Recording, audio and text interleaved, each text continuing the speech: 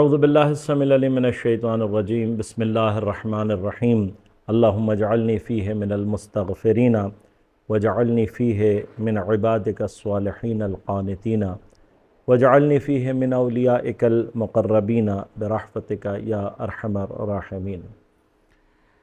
ماہ مبارک رمضان کا 5واں دن ہے اور معصوم ارشاد فرما رہے ہیں کہ آج کے دن روزہ رکھنے والا اس طریقے سے پروردگار کی بارگاہ میں دعا کرے کہ پروردگار آج کے دن مجھے قرار دے ان لوگوں میں سے کہ جو مستغفرین ہیں، جو استغفار کرنے والے ہیں، توبہ کرنے والے ہیں۔ پروردگار مجھے قرار دے اپنے صالح اور فرما بردار بندوں میں سے، اور پروردگار مجھے قرار دے اپنے مقرب اولیاء میں سے، برأفتک یا ارحم الراحمین۔ اے پروردگار، اے ارحم الراحمین، تجھے اپنی رأفت اور رحمت کا واسطہ ہے۔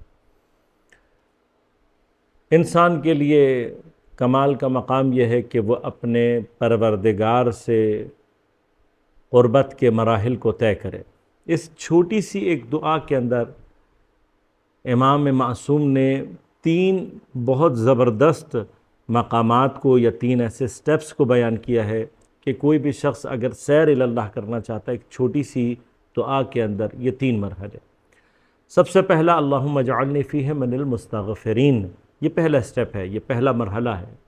اگر انسان اپنی توبہ اور استغفار کی طرف متوجہ ہو، یہی وہ مرحلہ ہے کہ جو اسے گناہوں سے دور کرتا ہے، جسے عرفان کی اصطلاح میں تخلیہ کہتے ہیں، تمام صفات مذموم سے اپنے آپ کو خالی کرنا۔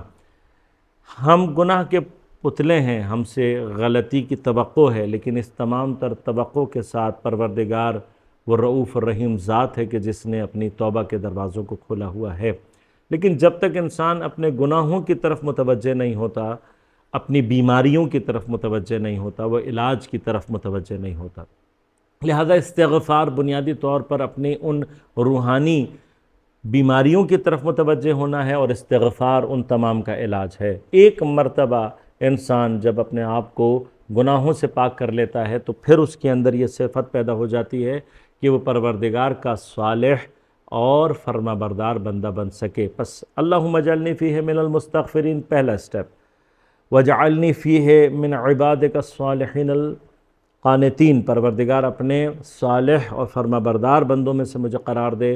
یہ وہ مرحلہ ہے کہ جہاں پر اب انسان گناہوں کو چھوڑ کر پروردگار کے امر کی اور اطاعت اور اس کی فرما برداری کرنے کے لیے آمادہ ہے۔ اگر انسان عبد صالح اور عبد فرما بردار اور عبد قانت بن جائے تو پھر تیسرا مرحلہ وہ ہے کہ جہاں پر بندے کے لیے ولایت کے درجات اور اولیاء الہی میں سے وہ مقامات کے جو مقربین کے لیے اللہ تبارک و تعالیٰ نے مختص کیے ہیں۔ لہذا تیسرے مرحلے میں امام دعا فرما کر کہہ رہے ہیں کہ یہ کہو اللہم وجعلنی فیہ من اولیائک المقربین، پروردگار مجھے آج کے دن اپنے مقرب اولیاء میں سے قرار دے۔